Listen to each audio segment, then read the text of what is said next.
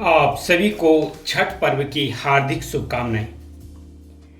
कार्तिक मास की शुक्ल पक्ष की षष्ठी को छठ पूजा का पर्व सूर्य देव को धन्यवाद देने और सूर्य देव के प्रति कृतज्ञता प्रकट करने के लिए यह त्यौहार मनाया जाता है।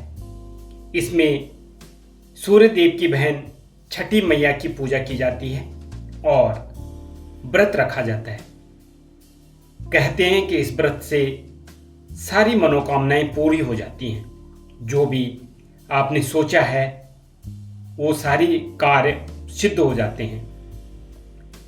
इस त्योहार का अनुष्ठान बहुत कठिन है और इसे स्त्री पुरुष दोनों कर सकते हैं और इसमें लगभग 36 घंटे का व्रत रखा जाता है। छठी का जो पहला दिन होता है वो नहा खाया का होता है। इसमें जो व्रती होते हैं वो पास की नदी में जाकर के या तालाब में जाकर स्नान करते हैं, शुद्ध होते हैं और उसके बाद कद्दू, मूंग या चना दाल और चावल आदि बनाकर इसी का भोजन किया जाता है।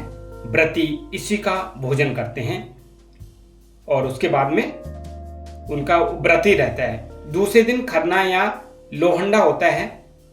इसमें पूरे दिन व्रत रखा जाता है और व्रत भी ऐसा रखा जाता है कि पानी तक नहीं पीते हैं, बिल्कुल जो निराहार और निर्जला वाला व्रत। इसमें सूर्यास्त के बाद गुड़ या गन्ने के रस से बनी हुई खीर बनाते हैं और साथ में रिश्तेदारों को भी खीर और रोटी का ही प्रसाद दिया जाता है और इसे खरना कहते हैं। और इसके बाद 36 घंटे का व्रत रखा जाता है।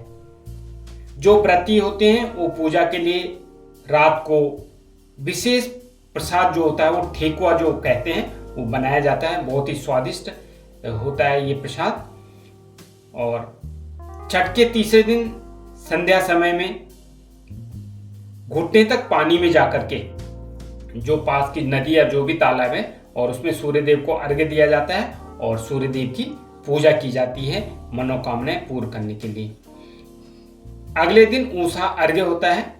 चौथे दिन की जो सुबह होती है उसमें उदीयमान सूर्य, मतलब सूर्य जब उदय हो रहे, भगवान सूर्यदेव जब उदय हो रहे थे उनको अर्घ्य दिया जाता है। उसमें भी व्रती जो है पानी में खड़ा होकर सूर्यदेव की उपासना करते हैं और उनको जल चढ़ाया जाता है। घाट में जितने भी लोग आते हैं पूजा पाठ करने के बाद में उनको प्रसाद वितरण किया जाता है और साथ में सूर्यदेव से जो भी आपकी मनोकामनाएं जो उनको पूरा करने के लिए प्रार्थना की जाती है। उसके बाद में जो व्रती हैं वो घर आकर के और फिर पीपल के पेड़ के पास में दिया जला करके, दीप जला करके और उसमें जल चढ़ाते हैं, पूजा करते हैं और उसके बाद यह व्रत तोड़ा जाता है और उसी दिन ये नमक का सेवन करते हैं और इस प्रकार से ये व्रत जो है पूर्ण होता है। बहुत ही कठिन व्रत है और मनोकामनाएं भी उसी वजह से पूरी होती हैं, क्योंकि जितनी आप तपस्या करोगे उसी प्रकार से आपको फल भी उसका प्राप्त होगा। तो इस प्रकार से जो छठी का पर्व मनाया जाता है। आप सभी को इस पर्व की हार्दिक शुभकामनाएं और आप सभी का धन्यवाद। नमस्कार।